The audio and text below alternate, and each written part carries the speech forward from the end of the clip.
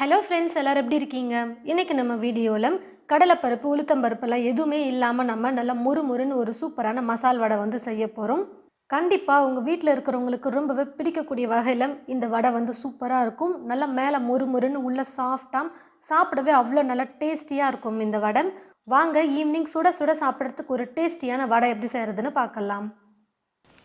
நான் வந்து பார்த்தீங்கன்னா 350 கிராம் தட்டைப்பயிரை வந்து தண்ணியில் ஒரு 8 மணி நேரம் நல்லா ஊற வச்சுட்டு அதுக்கப்புறமா மேலே இருக்கிற தோல் எடுத்து வச்சுருக்கேன். அதாவது காராமணி தட்டைப்பயிர்னு சொல்லும் பார்த்தீங்களா, அதுதான் இது. இந்த காராமணி வந்து பார்த்தீங்கன்னா 2 கலரில் இருக்கும். ப்ரௌன் கலரில் ஒன்று இருக்கும், இது வந்து வெள்ளை கலரில் நல்லா இந்த மாதிரி பெருசாக இருக்கும். இந்த காராமணியை வந்து தான் நான் வந்து 8 மணி நேரத்துக்கு தண்ணியில் நல்லா ஊற வச்சுட்டு அதுக்கப்புறமா இதை இப்படி தோல் வந்து எடுத்துகிட்டு நான் வச்சுருக்கேன். நல்லா தண்ணியில் ஊற வச்சிட்டோம்னா இந்த தோல் வந்து ஈஸியாக வந்துடும் எடுக்கிறதுக்கு. அந்த மாதிரி நான் தோலை எடுத்துட்டு இந்த மாதிரி நான் வந்து தனியாக ஒரு கப்பில் எடுத்து வச்சுருக்கேன். மொத்தமாக நான் எடுத்துருக்கிற காராமணியோட வெயிட் வந்து பார்த்தீங்கன்னா கிட்டத்தட்ட ஒரு 350 கிராம் இருக்கும்.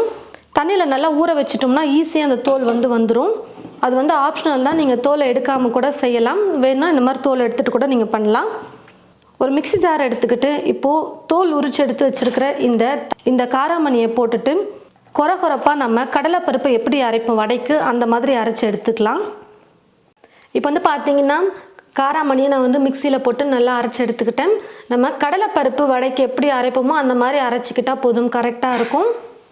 தேவையான அளவு உப்பு, பெருங்காயத்தூள் 1/4 டீஸ்பூன் சேர்த்துக்கிறேன். ஒரு பிளேட்டில் நான் எல்லாத்தையுமே கட் பண்ணி ரெடி பண்ணி வச்சுக்கிட்டேன். அதாவது 2 மீடியம் சைஸ் வெங்காயம் எடுத்து நல்லா பொடியாக கட் பண்ணி வச்சுருக்கேன். காரத்துக்கு தேவையான அளவுக்கு பச்சை மிளகாய் எடுத்துக்கோங்க. நான் வந்து இப்போ ஒரு 3 பச்சை மிளகாவை பொடியாக நறுக்கி வச்சுருக்கேன். பொடியாக நறுக்கிய கருவேப்பிலை, பொடியாக நறுக்கிய கொத்தமல்லி, அதுக்கப்புறம் இஞ்சி வந்து கொஞ்சமாக கட் பண்ணி எடுத்து வச்சுருக்கேன். இஞ்சி வந்து ஆப்ஷனல் தான், வேணான்னா நீங்கள் ஸ்கிப் பண்ணிக்கலாம். இப்போ கட் பண்ணி வச்சுருக்கிற எல்லா பொருளையும் ஒன்றா இந்த பருப்போடு சேர்த்துடலாம். எல்லாத்தையும் சேர்த்து இப்போ கலந்து கொடுத்துக்கலாம். எல்லாத்தையும் சேர்த்து நல்லா கலந்து கொடுத்ததுக்கப்புறமா கையை வந்து லைட்டாக தண்ணியில் நனைச்சிக்கிட்டு இந்த மாதிரி உருண்டை பண்ணி நீங்கள் தட்டி போடும்பொழுது ஒட்டாமல் எடுக்க முடியும். அப்படிலாம் வாழை இலை கூட நீங்கள் எடுத்துக்கிட்டு வாழை இலையில் தட்டி கூட நம்ம எண்ணெயில் போட்டுக்கலாம். லைட்டாக கையை நனைச்சிக்கிட்டோம்னா போதும், ஒட்டாமல் எடுத்து போடலாம். கடாயில் எண்ணெய் ஊற்றி வச்சுட்டேன். எண்ணெய் வந்து பார்த்தீங்கன்னா நல்லா காஞ்சிருச்சு.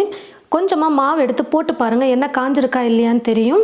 எண்ணெய் காஞ்சதுக்கப்புறமா சின்னதாக மாவை எடுத்து உருண்டை பண்ணி இந்த மாதிரி வடை தட்டி போட்டுக்கலாம்.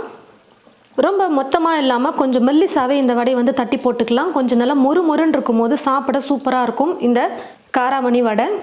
அப்பப்போ கரண்டி வச்சு கொஞ்சம் 2 பக்கமும் திருப்பி கொடுக்கும்பொழுது நல்லா வெந்து நல்லா முறுமுறுன்னு மேலேயும் கலர் வந்திருக்கும்.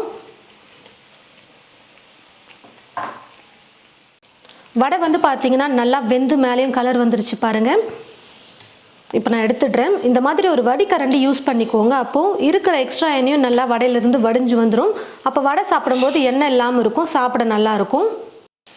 இதே போல் எல்லா மாவையும் நம்ம வடை செஞ்சு எடுத்துக்கலாம். பாருங்கள் ஃப்ரெண்ட்ஸ், காராமணியை வச்சு நம்ம வடை வந்து ரொம்ப டேஸ்டியாக சூப்பராக ரெடி பண்ணியிருக்கோம். நம்ம எப்போவுமே கடலைப்பருப்பை வச்சு தான் நம்ம வந்து இந்த மாதிரி மசால் வடை செஞ்சுருப்போம். கொஞ்சம் டிஃப்ரெண்ட்டாக இன்றைக்கி நம்ம காராமணியை வச்சு செஞ்சுருக்கோம். அதாவது ஒரு சில இடத்துல இதை வந்து தட்டைப்பயிர்னு சொல்லுவாங்க. நம்ம எப்போவுமே வந்து பார்த்திங்கன்னா சிறு காராமணி தான் யூஸ் பண்ணியிருப்போம் மோஸ்ட்லி அதிகமாக. இந்த மாதிரி பெரிய காராமணி, அதுவும் வெள்ளை கலர் மேலே தோல் இருக்கிற மாதிரி நம்ம யூஸ் பண்ணியிருக்க மாட்டோம். நீங்கள் சிறு காராமணி யூஸ் பண்ணும்பொழுது ஊற வச்சுட்டு தோலோடவே நீங்கள் மிக்சியில் அரைச்சி கூட செய்யலாம். இந்த காராமணி யூஸ் பண்ணும்போது கொஞ்சம் தோல் வந்து ரொம்ப மொத்தமாக இருக்கிற மாதிரி இருக்கும். அதனால் நான் வந்து ஊற வச்சுட்டு தோலை எடுத்துட்டு அதுக்கப்புறமா செஞ்சுருக்கேன். நல்லா மொறுன்னு இருக்கும் இந்த வடை. கொஞ்சம் மெல்லிசாக தட்டிக்கிட்டிங்கன்னா சூப்பராக இருக்கும் சாப்பிட்றதுக்கு.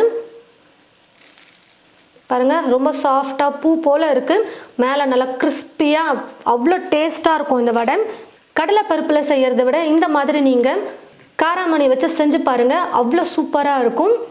ட்ரை பண்ணி பார்த்துட்டு எப்படி இருக்குன்னு சொல்லிட்டு மறக்காமல் கமெண்ட் பாக்ஸில் வந்து கமெண்ட் பண்ணுங்கள். இந்த வீடியோவை மற்றவங்களுக்கும் ஷேர் பண்ணுங்கள். இது போல் நிறைய ரெசிபீஸ் பார்க்க தமிழ் ஃபுட் மசாலா சேனலை மறக்காமல் சப்ஸ்கிரைப் பண்ணிக்கோங்க. கூடவே பக்கத்தில் இருக்கிற பெல் ஐக்கானை கிளிக் பண்ண மறந்துடாதீங்க. தேங்க்யூ.